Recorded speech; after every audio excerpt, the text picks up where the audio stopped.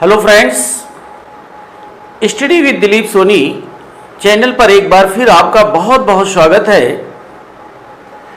आज Indian polity and constitution भारतीय संविधान एवं राज्य व्यवस्था के अंतर्गत एक अति महत्वपूर्ण टॉपिक के साथ चर्चा होगी। लास्ट वीडियो में आपने देखा कि संसद क्या है, संसद के दोनों सदन लोकसभा और राज्यसभा क्या है, इनका क्या महत्व है, इनका क्या कार्य है। लोकसभा की संरचना राज्यसभा की संरचना का बृहद रूप से उल्लेख किया गया और यह भी बताया गया कि लोकसभा और राज्यसभा में जो सीटें हैं, जो स्थान हैं, उनका निर्धारण हम कैसे करते हैं, इसको पिछले वीडियो से आपने अच्छी तरह जानकारी प्राप्त की। आज हम देखेंगे कि संसद सदस्यों की योग्यताएं क्या है, क्वालिफिकेशंस क्या है। Qualification for membership of parliament, संसद सदस्यों के योग्यताएं, उसकी चर्चा करेंगे।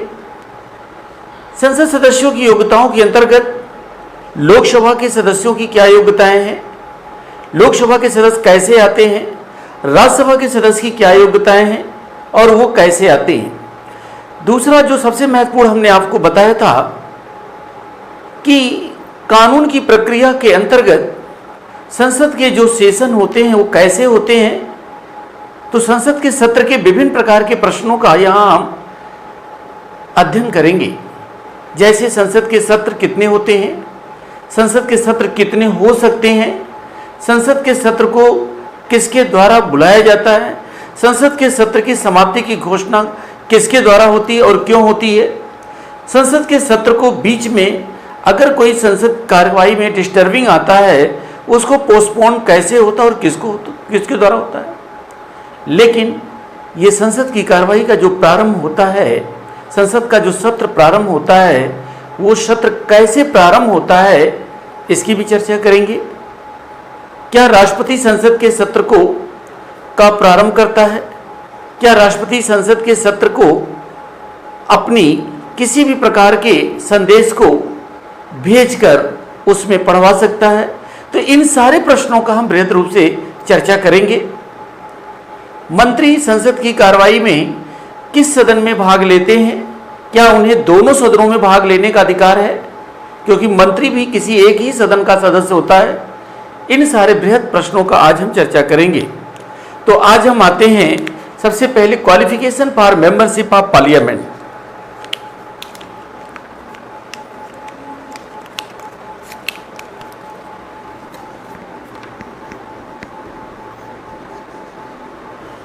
संसद सदस्यों की योग्यताएं, संसद सदस्यों की योग्यताएं के अंतर्गत ये बहुत स्पष्ट है, क्लियर है। क्योंकि हम जानते हैं संसद के दो सदन हैं, एक सदन लोकसभा हाउस ऑफ पीपुल है, एक सदन हमारी लोकसभा हाउस ऑफ पीपुल है, दूसरा सदन काउंसिल ऑफ स्टेट राज्यसभा है। इन दोनों सदनों का बृहद रूप से हम अध्ययन करेंगे। लोकसभा के सदस्य की क्या योग्यताएं हैं, सबसे पहले हम योग्यताओं में सबसे पहला हम उसकी नागरिकता से आधार पर निर्धारित करते हैं। निश्चित रूप से हमने नागरिकता के प्रावधान में ये उल्लेख किया था आपको कि बिना भारत की नागरिकता के देश के किसी भी संवैधानिक पद को कोई भी व्यक्ति प्राप्त नहीं कर सकता। तो सबसे पहले वो नागरिकता उसका इंडियन सिटीजनशिप हो। इंडियन सिटीजनशिप, भारत की नागरिकता होना आवश्यक है। वो भारत का क्या हो, नागरिक हो। ऐसा व्यक्ति जो भारत का नागरिक हो उसे लोकसभा या राज्यसभा के चुनाव में भाग लेने का अधिकार प्राप्त हो जाता है। ऐसा ही व्यक्ति लोकसभा राज्यसभा के पद पर निर्वाचित घोषित किया जा सकता है।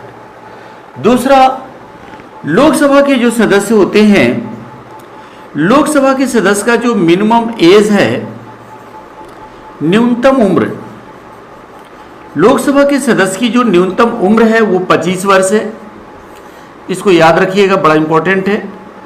लोकसभा के सदस्य की न्यूनतम उम्र सीमा 25 वर्ष है, जबकि राज्यसभा के सदस्य की न्यूनतम उम्र सीमा न्यूनतम उम्र मिनिमम एज 30 ईयर्स 30 वर्ष है। इसको याद रखना है। लोकसभा के सदस्य 25 वर्ष या उससे अधिक उम्र के आधार पर ही लोकसभा का चुनाव लड़ सकते हैं और राज्यसभा का चुनाव लड़ने के लिए न्यूनतम 30 वर्ष या उससे अधिक होना आवश्यक है। अब एक और प्रश्न आता है, लोकसभा के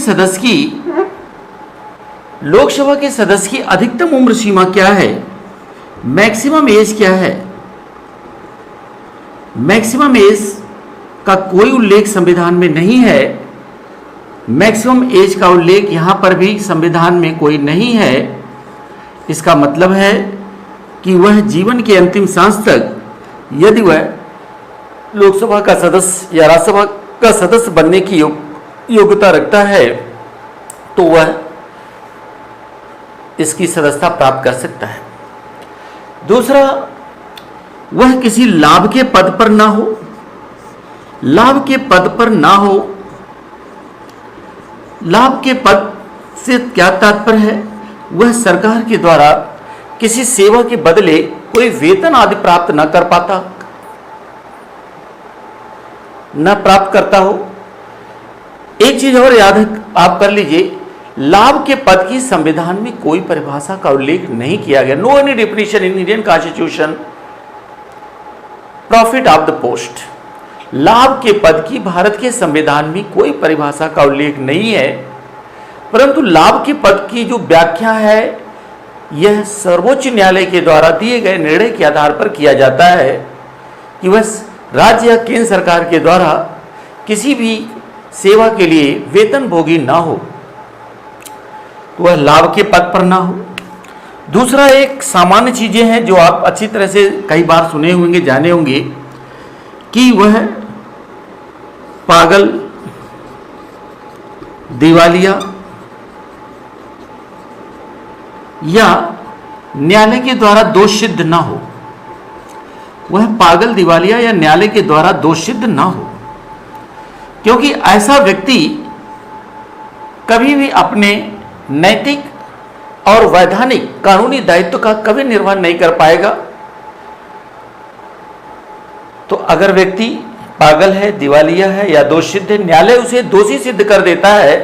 कोई व्यक्ति यदि न्यायालय के द्वारा दोष सिद्ध कर दिया जाता है, दोषी सिद्ध पाया जाता है और उसका किसी अन्य अपर कोर्ट में अपील नहीं है, ऐसे व्यक्ति को चुनाव लड़ने से रोक दिया जाता है। निर्वाचन आयोग उस पर बैन लगा देता है। तो इस तरह से लोकसभा और राज्यसभा के सदस्यों की क्वालिफिकेशन निश्चित किया गया। इसको एक बार फिर से दोहरा लीजिए। लोकसभा और राज्यसभा का सदस्य बनने के लिए भारत का नागरिक होना आवश्यक है। लोकसभा का सदस्य बनने के लिए न्यूनतम 25 वर्ष की आयु सीमा होना आवश्यक है। अधिकतम आयु की कोई सीमा नहीं है, क्योंकि संविधान इस संबंध में मौन है। जब संविधान इस संबंध में मौन है तो किसी भी एज पर व्यक्ति लोकसभा का चुनाव लड़ सकता है। राज्यसभा के सदस्य की न्यूनतम उम्र 30 वर्ष है। अधिकतम उम्र की कोई सीमा नहीं है। और यहां पर भी एक प्रश्न और है कि एक व्यक्ति लोकसभा का कितनी बार चुनाव लड़ सकता है, एक व्यक्ति राज्यसभा का कितनी बार चुनाव लड़ सकता है। इसका स्पष्ट उत्तर है, योग्यता और क्षमता होने पर चाहे जितनी बार वो इसके लिए चुनाव में भाग ले सकता है, क्योंकि संविधान में इस पर कोई लिमिटेशन नहीं है। Very clear. दूसरा, आपने देखा कि वो लाभ के पद पर ना हो। ऐसा व्यक्ति जो केंद्र या राज्य सरकार के द्वारा किसी सेवा के बदले वेतन भोगी ना हो और लाभ के पद की संविधान में कोई परिभाषा तो नहीं है।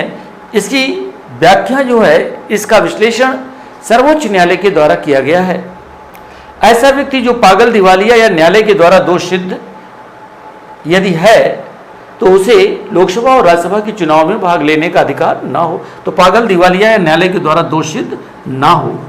ऐसा व्यक्ति जो इन सारे दुर्गुणों से दूर हो, ऐसा व्यक्ति ही, चूंकि लोकसभा और राज्यसभा हमारे देश की जनता का ये प्रतिनिधित्व करते हैं, तो ऐसी स्थिति में लोकसभा और राज्यसभा के कार्य की गतिविधियां बहुत ही व्यापक हैं। इन गतिविधियों का अध्ययन करने के लिए अब हम आते हैं संसद के सत्र के विषय में। बहुत ही महत्वपूर्ण है संसद का संसद का सत्र क्या है, संसद के सत्र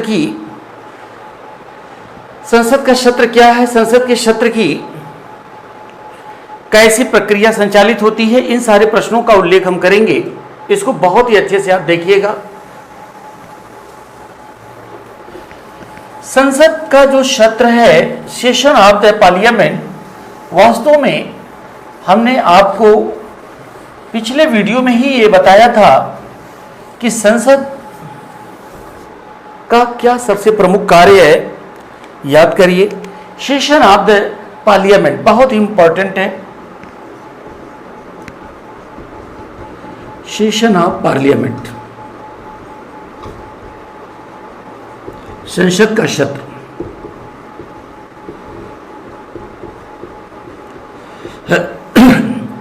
कई सारे प्रश्न इससे भी आते हैं, सेशन ऑफ पार्लियामेंट, संसद के सत्र से। याद करिए, सबसे पहले संसद जो है इसको याद करना होगा किस सूची पर कानून बनाती है, संघ की सूची पर। संघ की सूची के जो विषय होते हैं ये राष्ट्रीय महत्व के होते हैं। किस महत्व के होते हैं? राष्ट्रीय महत्व के होते हैं, राष्ट्रीय महत्व के विषय होते हैं। और इन राष्ट्रीय महत्व के विषयों पर अगर कोई कानून बनाना है या संशोधन करना, कानूनों में संशोधन करना है, तो ये कार्य की जिम्मेदारी संसद के द्वारा की जाएगी। Very important. संसद के सत्र को बुलाने का अधिकार, याद करिए, वेरी इंपॉर्टेंट। संसद के सत्र को बुलाने का अधिकार, संसद के सत्र को बुलाने का अधिकार किसको है? राष्ट्रपति को है। याद करिए, संसद के सत्र को बुलाने का अधिकार राष्ट्रपति को है। संसद के सत्र के समाप्ति की घोषणा बुलाने का अधिकार प्लस संसद के सत्र के समाप्ति की घोषणा करने का अधिकार, संसद के सत्र को बुलाने और समाप्त करने की घोषणा का अधिकार भी राष्ट्रपति को है। क्लियर हो गया? संसद जो संघ की सूची पर राष्ट्रीय महत्व के विषयों पर कानून बनाती है या संशोधन करती है, संसद के सत्र को बुलाने का अधिकार राष्ट्रपति को है। संसद के सत्र के समाप्ति की घोषणा भी राष्ट्रपति को है।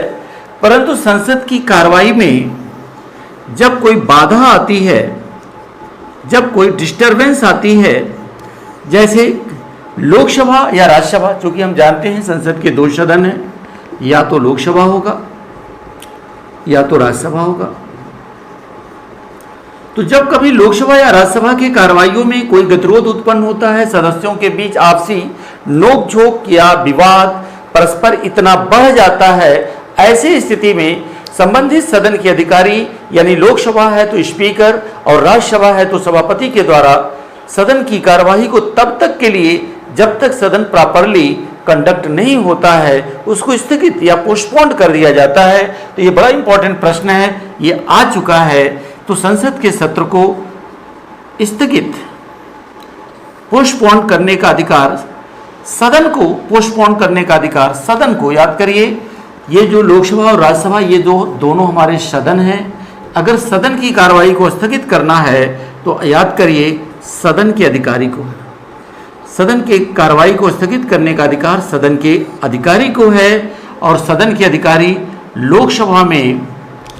लोकसभा में स्पीकर या अध्यक्ष होते हैं, लोकसभा में अध्यक्ष होते हैं और राज्यसभा में सभापति होते हैं, चेयरमैन होते हैं। याद करिए, वेरी क्लियर। 3 प्रश्न यहाँ से क्लियर हुए। संसद के सत्र को बुलाने का अधिकार राष्ट्रपति को है। संसद के सत्र को समाप्ति की घोषणा राष्ट्रपति के द्वारा होती है। संसद के सत्र की कार्रवाई में, यानी सदनों के बीच लोकसभा या राज्यसभा में जब कभी किसी भी कार्रवाई में गतिरोध उत्पन्न हो जाता है, तो इस गतिरोध को दूर करने के लिए सदन की कार्रवाई को स्थगित कर दिया जाता है, पोस्टपोन्ड कर दिया जाता है। और तब तक के लिए पोस्टपोन कर दिया जाता है, 1 दिन, 2 दिन, चाय काल, या जैसे सभापति या अध्यक्ष उचित समझें। और सदन के कार्रवाई को स्थगित करने का अधिकार सदन के अधिकारी को है। सदन के अधिकारियों का नाम याद रखिए, आगे इसका डिटेल बताया जाएगा। लोकसभा में यह अधिकारी अध्यक्ष कहलाता है, राज्यसभा में यह अधिकारी सभापति कहलाता है। तो 3 प्रश्न यहां से क्लियर हो गए। अब हम उस महत्वपूर्ण बिंदु पर आते हैं जो प्रायः आपके दिमाग में आता रहता है कि संसद के कितने सत्र होते हैं। जो प्रायः आपके माइंड में ये बात आती रहती है कि संसद के कितने सत्र होते हैं, आपसे अगर पूछा जाता है तो जनरली आप उत्तर देते 3 सत्र होते हैं। ये उत्तर गलत है, ये उत्तर गलत है। और कैसे गलत है आप बोर्ड पे ध्यान रखिए। देखिए, संसद के सत्र वास्तव में जो 3 सत्र आप बोलते हैं कि जैसे पहला जो सत्र आप बोलते हैं बजट सत्र, बजट सेशन। दूसरा सत्र जो आप बोलते हैं मानसून सत्र। और तीसरा सत्र जो आप बताते हैं शीतकालीन सत्र। वास्तव में केवल यहाँ शब्दों की गलती होती है, याद करिए। अगर आपसे कहा जाए संसद के कितने सत्र होते हैं तो आप कहेंगे कि आवश्यकता के अनुसार राष्ट्रपति संसद के सत्र को चाहे जितनी बार भी बुला सकता है, लेकिन ये आप कह सकते हैं सामान्यतः generally 3 session of the parliament सामान्यतः संसद के 3 सत्र होते हैं, सामान्यतः जनरली 3। लेकिन इससे भी ज्यादा सेशन बुलाए जा सकते हैं यदि हमें कोई आवश्यकता होती है। तो इसके अलावा 3 सेशन, 4 सेशन, 5 सेशन, 10 सेशन, जैसा राष्ट्रपति उचित और आवश्यकता महसूस करे, अधिक से अधिक सेशन भी बुलाए जा सकते हैं, याद करिए। लेकिन भारत में प्राय 3 सेशन होते हैं। बजट सेशन जो 1 फरवरी को स्टार्ट होता है हमारा। दूसरा मानसून सेशन जो जुलाई अगस्त में होता है। शीतकालीन सत्र जो नवंबर में होता है। तो इस तरह से सेशन, यद्यपि इसकी तिथियों को आगे पीछे करने का अधिकार शासन या सरकार के परामर्श से सभापति के द्वारा किया जा सकता है, याद करिए। अब प्रश्न है कि संसद के 3 सत्र होते हैं, लेकिन ये सामान्यतः 3 सत्र होते हैं, लेकिन आवश्यकता पड़ने पर और अधिक, आप यहां लिख सकते हैं, आवश्यकता पड़ने पर और अधिक सत्र बुलाया जा सकता है, और अधिक सत्र बुलाया जा सकता है, और अधिक सत्र को बुलाया जा सकता है। इसको आप याद कर लीजिए। अब प्रश्न है कि यहां याद करिए कि इन सत्रों में क्या होता है, याद करिए। जब प्रत्येक वर्ष फाइनेंशियल स्टेटमेंट, वार्षिक वित्तीय विवरण, जो वार्षिक वित्तीय वितरण सरकार अपने प्रत्येक वर्ष के लिए होने वाले सभी स्रोतों से आय और सभी प्रकार की योजनाओं परियोजनाओं पर होने वाले खर्च आदि का जो विवरण, जिसे हम बजट के नाम से जानते हैं, जो वार्षिक वित्तीय विवरण होता है। वास्तव में बजट शब्द का उल्लेख ही संविधान में तो नहीं है, लेकिन इसको एनुअल फाइनेंशियल स्टेटमेंट, वार्षिक वित्तीय विवरण, और ये वार्षिक वित्तीय विवरण की प्रक्रिया सबसे पहले बजट सत्र से प्रारंभ होती है। और इस बजट सत्र के प्रारंभ में राष्ट्रपति के द्वारा, याद करिए, इस बजट सत्र के प्रारंभ में राष्ट्रपति के द्वारा संयुक्त रूप से एड्रेस किया जाता है, संबोधित किया जाता है। और इस संयुक्त रूप में, यानी लोकसभा और राज्यसभा दोनों को संयुक्त रूप से राष्ट्रपति बजट सत्र के प्रारंभ में संबोधित करता है। और राष्ट्रपति का यह संबोधन थैंक्स मोशन, धन्यवाद प्रस्ताव के रूप में जाना जाता है। Very important.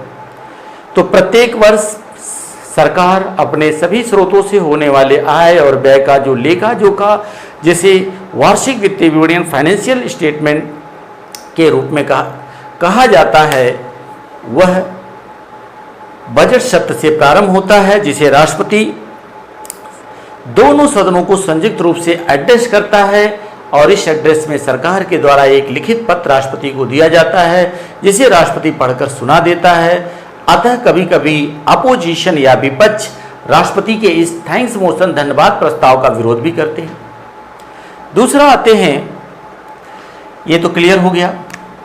इसी बजट सत्र के जब अंतिम दिन जब कार्रवाई पूरी हो जाती है, तो नेक्स्ट सेशन के लिए सत्र क्या होता है, स्थगित हो जाता है। तो दोनों सदनों के पदाधिकारी, लोकसभा में अध्यक्ष, राज्यसभा में सभापति, अपने अपने सदन को नेक्स्ट सेशन यानी मानसून सेशन के लिए स्थगित कर देते हैं। इसी तरीके से मानसून सेशन के लास्ट वर्किंग डेज पर दोनों सदनों के पदाधिकारी शीतकालीन विंटर सेशन के लिए पोस्टपोन कर देते हैं। और विंटर सेशन के बाद यदि हमें किसी अन्य प्रकार के सत्र की आवश्यकता नहीं है तो राष्ट्रपति विंटरकालीन सेशन के बाद सत्र के समाप्ति की घोषणा कर देता है। ये सिद्ध भी हो गया कि बजट सत्र का प्रारंभ राष्ट्रपति के संबोधन से होता है। शीतकालीन सत्र की समाप्ति के बाद राष्ट्रपति के संबोधन से उस बजट सत्र की समाप्ति की घोषणा कर दी जाती है। अब एक और आता है, ये प्रक्रिया हमने संविधान के आर्टिकल 85 में अध्ययन किया। संविधान के आर्टिकल 86 के अंतर्गत, संविधान के आर्टिकल 86 के अंतर्गत और क्या प्रावधान है कि क्या राष्ट्रपति को लोकसभा या राज्यसभा में अपने किसी भी प्रकार को संदेश को भेजकर पढ़ने का या संदेश भेज को उसको पढ़ने का अधिकार है। तो याद रखिए, संसद के किसी भी सदन में राष्ट्रपति को यह अधिकार है कि वह अपने किसी भी मैसेज को भेजकर पढ़वा सकता है। और चूंकि राष्ट्रपति संसद का एक अभिन्न अंग है, राष्ट्रपति के हस्ताक्षर से ही संसद से पारित कोई भी विधेयक अंतिम रूप से कानून का रूप धारण करती है। और दूसरा, राष्ट्रपति को दोनों सदनों में अभिभाषण करने का, जैसे कि मैंने कहा कि बजट सत्र को राष्ट्रपति दोनों सदनों को संयुक्त रूप से एड्रेस या संबोधित करता है और आवश्यकता पड़ने पर अपने संदेश भेजकर दोनों सदनों में पढ़वा सकता है। राष्ट्रपति के द्वारा भेजे गए संदेश को दोनों सदन के पदाधिकारी पढ़कर सुना देते हैं। अब नेक्स्ट आते हैं article 87। Article 87 special address by the president, इसको कहा जाता है राष्ट्रपति का विशेष अभिभाषण, special address by the president. एक चीज याद करिए, जब कभी भी प्रत्येक वर्ष बजट सत्र का प्रारंभ होगा, उस बजट सत्र के प्रारंभ पर राष्ट्रपति दोनों सदनों को संयुक्त रूप से संबोधित करता है और राष्ट्रपति के संबोधन से ही वह सत्र का प्रारंभ होता है। और जब कभी लोकसभा का आम चुनाव होता है, उस आम चुनाव के बाद जब भी कभी पहला सेशन या सत्र बुलाया जाता है, उस पहले सत्र को भी राष्ट्रपति के स्पेशल एड्रेस से, स्पेशल विशेष संबोधन से ही प्रारंभ किया जाता है। तो याद रखिए, दूसरा एक महत्वपूर्ण प्रावधान संविधान के आर्टिकल 88 में है, आर्टिकल 88 में है क्या? सामान्यतः आपने देखा कि मंत्री जो होते हैं या मंत्रियों का समूह जो मंत्रिपरिषद होता है, यानी मंत्रिपरिषद के अलग अलग विभाग होते हैं। हर विभाग का एक पॉलिटिकल हेड एक मंत्री होता है, हर विभाग का एक पॉलिटिकल हेड एक मंत्री होता है। हर विभाग का सुपरविजन, कंट्रोलिंग, डायरेक्शन एक मंत्री के द्वारा किया जाता है और मंत्री अपने विभाग का अंतिम निर्णय लेता है, याद करिए। लेकिन प्रत्येक मंत्री, भारत में प्रत्येक मंत्री संसद के किसी न किसी सदन का सदस्य होना आवश्यक है। जैसा कि हमने आपको आर्टिकल 75 में बताया था, प्रत्येक मंत्री या तो लोकसभा का सदस्य होगा या वह राज्यसभा का सदस्य होगा, परंतु उसे लोकसभा या राज्यसभा का सदस्य होना आवश्यक है।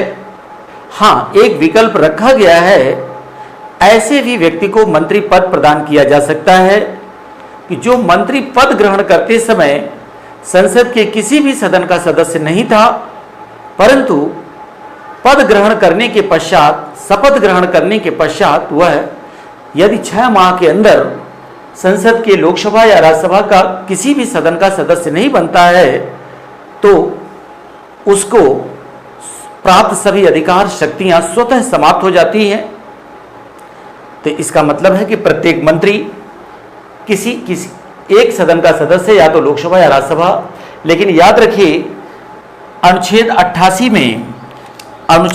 88 में ये प्रावधान है कि मंत्री भले ही किसी एक सदन का, चाहे वह लोकसभा का ही सदस्य हो, मंत्री चाहे लोकसभा का हो या राज्यसभा का ही सदस्य हो, उसको अधिकार है कि वह राज्यसभा का सदस्य है तो राज्यसभा के साथ साथ लोकसभा में भी भाग ले सकता है, यदि वह लोकसभा का ही सदस्य है तो लोकसभा के साथ साथ राज्यसभा में भाग ले सकता है, यानी प्रत्येक मंत्री संसद के दोनों सदनों में बहस कर सकता है, भाग ले सकता है और सदस्यों के द्वारा पूछे गए प्रश्नों का जवाब दे सकता है। उनकी समितियों में सदस्य के रूप में भी गठित किया जा सकता है, लेकिन मंत्री केवल उसी सदन में अपने मत या वोट को देगा, अपने मत का प्रयोग करेगा यदि सदन में मतदान की प्रक्रिया आती है, किसी विषय पर मत दिया जाता है तो वह मत केवल उस सदन में देगा जिस सदन का वह सदस्य होगा।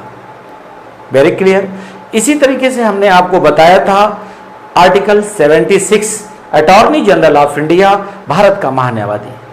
भारत के महान्यायवादी भी संसद के किसी भी सदन का सदस्य नहीं है। भारत का महान्यायवादी संसद के किसी भी सदन का सदस्य हो ही नहीं सकता और महान्यायवादी को भी बिना किसी सदन की सदस्यता के उसे लोकसभा में या राज्यसभा में या लोकसभा और राज्यसभा के द्वारा गठित किए गए किसी भी समिति में बहस करने का, भाग लेने का उसको अधिकार है।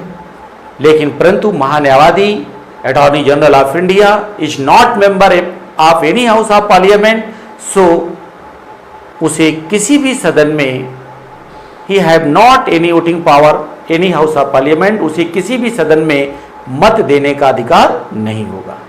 तो इस तरह से आपने सारे प्रश्नों को क्लियर किया। क्या क्या क्लियर किया, एक बार मैं रिवीजन कर देता हूं कि संसद के सदस्यों की क्या योग्यताएं हैं, लोकसभा के सदस्य की क्या योग्यताएं हैं, राज्यसभा के सदस्य की। राज्यसभा के सदस्य की आप याद करिए न्यूनतम 30 वर्ष होना आवश्यक है, लोकसभा के सदस्य की न्यूनतम 25 वर्ष, बाकी योग्यताएं लगभग समान है। दूसरा, इनके अधिकतम एज की कोई सीमा नहीं है। सामान्यतः संसद के 3 सत्र होते हैं। इन सत्रों को बुलाने का और समाप्त करने की घोषणा राष्ट्रपति के द्वारा होती है।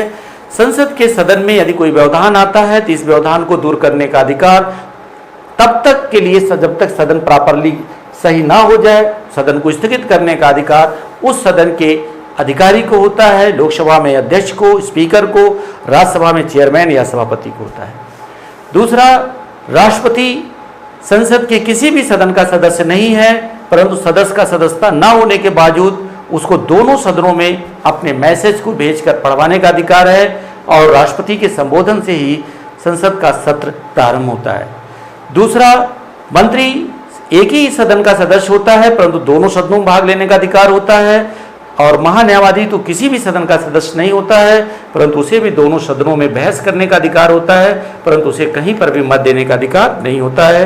तो इसके साथ साथ आज कई सारे महत्वपूर्ण प्रश्नों का आपने अध्ययन किया और हमें पूरा उम्मीद है कि आप इसको एक बार दोहरा लें, अच्छे से रिवाइज कर लें, हर प्रश्न आपको और अनसॉल्व पेपर जो भी आपके पास हो उससे तैयारी करें। हर प्रश्न आपका इस वीडियो से संबंधित प्रश्न जो होंगे सही हो जाएंगे। और इसके साथ साथ मैं एक बात आपको फिर से कहूं कि आप आने वाले सारे वीडियो को लगातार प्राप्त करने के लिए एक बार आपको सब्सक्राइब करना आवश्यक है। यदि आपने नहीं किया है तो अवश्य कर लें।